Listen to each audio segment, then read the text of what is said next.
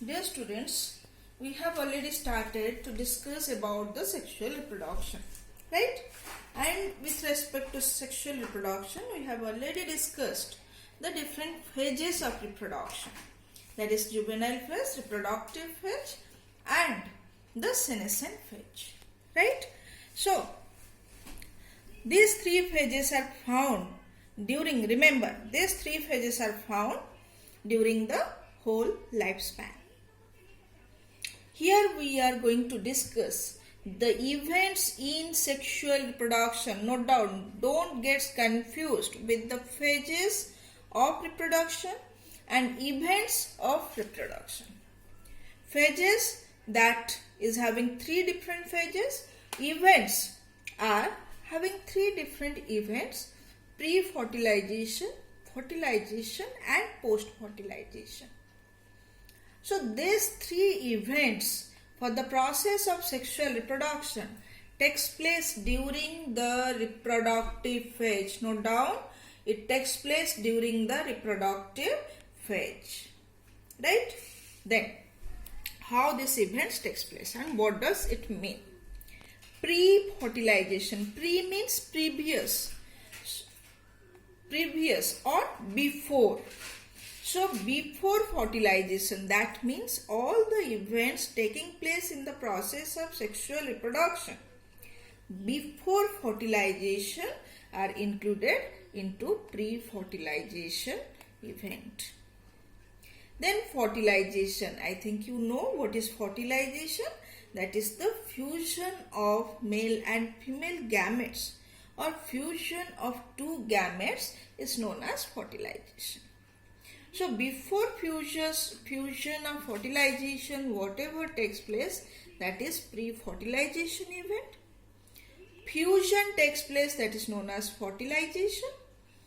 After fusion, what takes place? Those are known as post-fertilization. So the events in sexual reproduction are divided into pre-fertilization, fertilization and post-fertilization. So let us discuss the first event, that is pre-fertilization. So what is pre-fertilization? It includes two processes, gametogenesis and gamete transfer. So let us discuss this pre-fertilization event, or what is gametogenesis and what is gamete transfer. So gametogenesis is defined as the process of formation of male and female gametes. That means the process of formation of gamete is known as gametogenesis.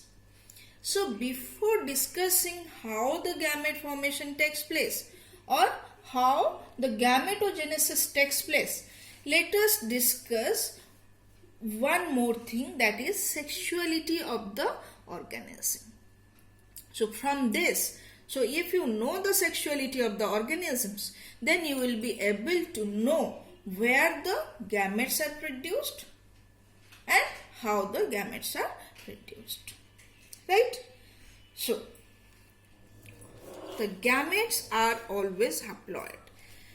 So always remember, parents may be haploid, may be diploid. I think you know the meaning of haploid and diploid. If the cell of the organism contains a single set of chromosomes, that means n number of chromosomes, then they are called haploid. If the cell of the organism contains two sets of chromosomes, that means 2n number of chromosomes, then they are called diploid. So we are the human being, the higher plants, pteridophyta, gymnosperm, these are diploid. And the lower animals like algae, fungi, the monerans like bacteria, these are haploid, right? So remember one thing, whatever be the parent cell, parent may be haploid, parent may be diploid. Remember, gametes are always haploid. In case of haploid parent, the gametes are haploid. In case of diploid parent, also gametes are haploid. Note it down. Note down this line. This is very, very important. Then, here you see, here is a picture. So minutely observe this picture. So here you see 3 pictures I have given. In this part I have given 2 gametes which looks alike, which are almost similar to each other. Here I have given 2 gametes. This is a female gamete and this is the male gamete of the same organism. Here you see the female gamete is very large and bulky, whereas male gamete is very small. Right? Here I have given another example. Here is a female gamete which is very large, and this is the male gamete of the sperm. So here you see, this is the case of cladophora. In cladophora you find the gametes are almost similar to each other.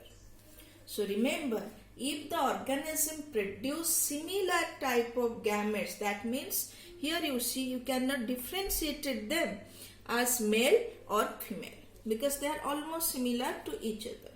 So if the organism produces similar gametes which cannot be differentiated as male and female, then they are called homogametes. They are called homogametes. Note down, gametes are called homogametes or iso. Iso means similar. Homo means similar. Gametes are called homogametes or isogametes when both have same appearance.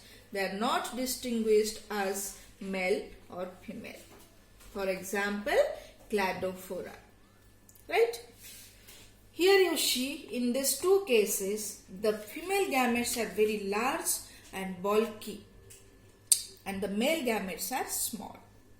So these you can differentiate it as male and female, and they are different in appearance, they are different in structure. So these are known as heterogametes, and the heterogametes are described as male gamete and female gamete. And the male gamete usually we term as antherzoid or sperm. Remember, this is a 1-mark question. The male gametes in case of heterogametes are called antherzoid or the sperm, whereas the female gamete is called ovum or the egg. Right? So here in the picture you are seeing the heterogametes. This is of fucus and algae. In fucus, this is the female gamete and this is the male gamete. This is the case of human being. This is the ovum or egg and this is the sperm. Right? So, usually the male gametes are very small and motile in nature, whereas the female gametes are very large, bulky and non-motile in nature. So, now you see there are 2 types of gametes. Male gamete and female gamete. So where these gametes are produced? So there may be single organism producing both male and female gamete, or 2 different organisms are producing 2 different gamete. For example, you take the example of earthworm. The single earthworm produces both male and female gamete. So that is that type of organism we call bisexual or monoecious animal. Take the example of cockroach. You know very well. Cockroach, there is separate male cockroach and female cockroach. Or ascaris, male ascaris and female ascaris. That means here the male organism produces male gamete, female organism, female animal produces female gamete. So this type of animal or the plant which produces different type of gametes in different plant, they are called unisexual organism. So here you mention bisexual organisms are called as homothallic or monoecious. So bisexual plants are usually called monoecious or homothallic. That means the same thalloid body produces the gametes. They bear both male or female gamete in the same plant. So here you note down, monoecious means bisexual, means they can produce both the type of gametes. Whereas unisexual means either male or female. Male organism produce male gamete and female organism produce female gamete. So this bisexual plant, okay. Regarding this bisexual plant, we will discuss in more detail in another presentation. So you just remember, the bisexual plant means they can produce both male and female gametes. Unisexual plant means they produce male and female gamete in two different plants. Bisexual plants are called monoecious or homothallic. Unisexual plants are called dioecious or heterothallic.